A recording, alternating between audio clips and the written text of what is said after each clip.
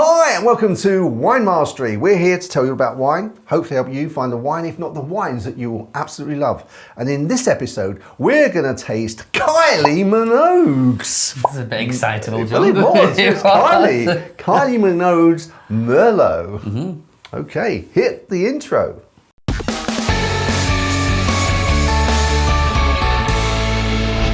So, as we mentioned in the intro there, we are tasting Kylie Minogue's Merlot.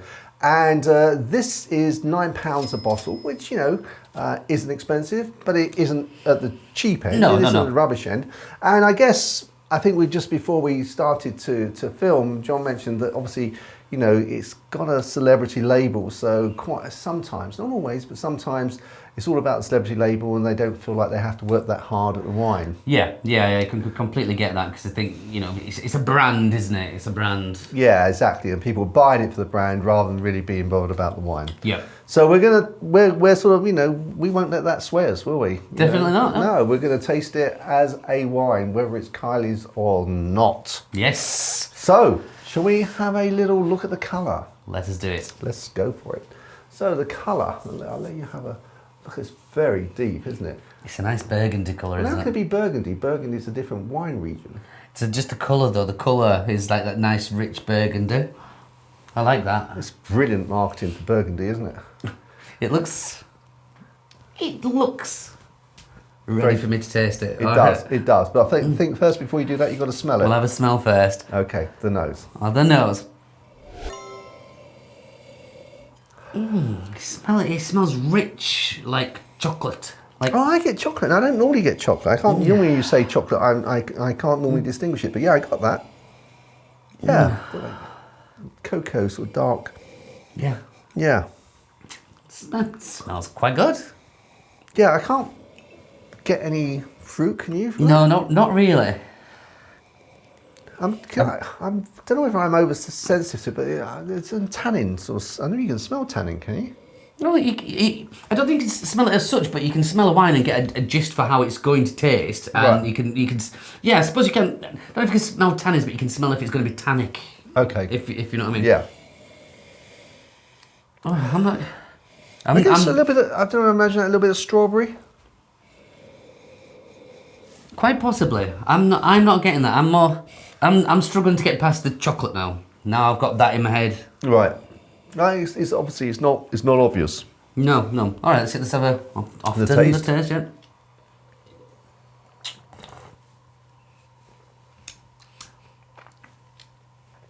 That's good. Because that is good. I know I'm not sure. So I'll lean on you for this. Is that what a Merlot should taste like? Yeah, it's definitely what a Merlot should taste like. It's good. It's got that plumminess in there.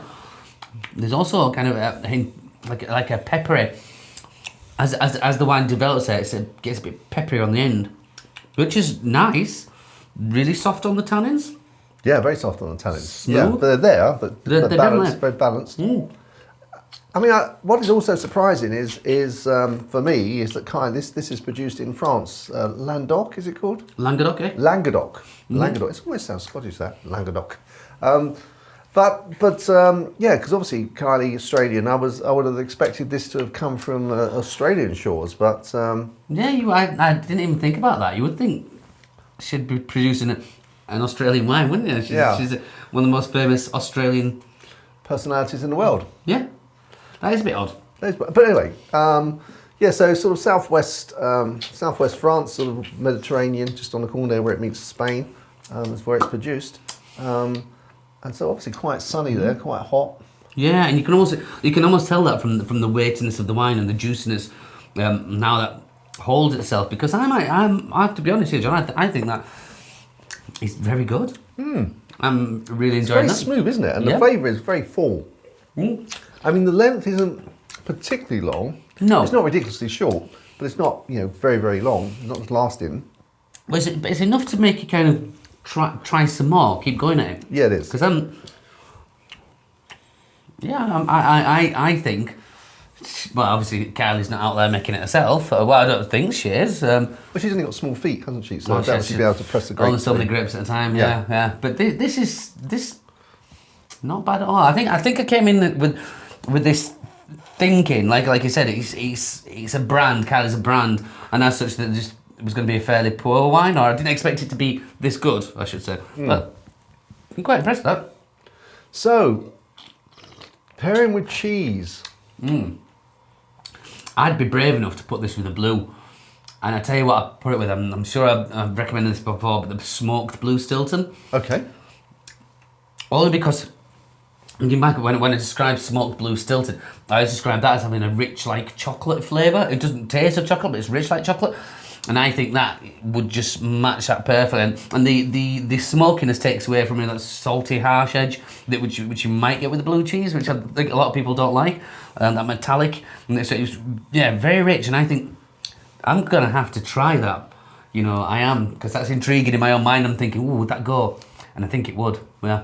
Okay. What about food? Well, food-wise, for a moment there, I was thinking, well, yeah, would it actually go with chicken? And I think maybe the chicken would be, the white meat would be a little bit too light to match with this. I suppose it would depend upon what sort of sauce you had with the chicken that could also affect it. And then I think, well, you don't really, I wouldn't say it's going to a sort of steak. So maybe, but what do you think about something like a venison? Yeah. A venison or maybe a partridge with a little bit more. Just look at you, a bit of partridge. I'm with you. Yeah, I like the idea of the venison, because the venison's just fairly light for a red meat, isn't it? I think that would, yeah. Maybe even duck. It's a year older. No, duck as well. Good call. Yeah, I think I'd like the duck. Yeah. Now again, depending on what sauce it's in, but imagine with a cherry sauce, duck with a cherry sauce and bitter cherry sauce. Oh. Now you're talking, John. I like this bit when we talk about the food that goes. It really appeals to me. So yeah, I mean, on the nose, it's very nice. And the taste though is better than the nose. I mean, I think it gives up more the taste. Yeah, definitely, because you can then from there get that plumminess in there, that fruit which not quite catching on the nose. It's not so evident, no. No. So scores. The score. Do you want me to go first? I'll go first because you went first last time. Okay. Okay, I'm gonna give this a nice score because it's £9. You said? Yes. So it's £9. Tastes like a Merlot supposed to taste. I actually do like it. I drink that happily. So I'm gonna go ahead and give this an 83. Oh wow. 82 was the number I came up with. I only just changed it last minute to 83 because 82, but then I thought it deserved a little more, so I went to 83. 82. Okay, well, we're thereabouts, aren't we? Yeah, definitely. 1% out, really. 1%, that's not a lot. No, not at all. So, yeah, so we'd recommend this. I mean, it is and also I guess there's the cachet of taking, if you're especially going to see some friends, it's taking Kylie's wine with you, especially if they're.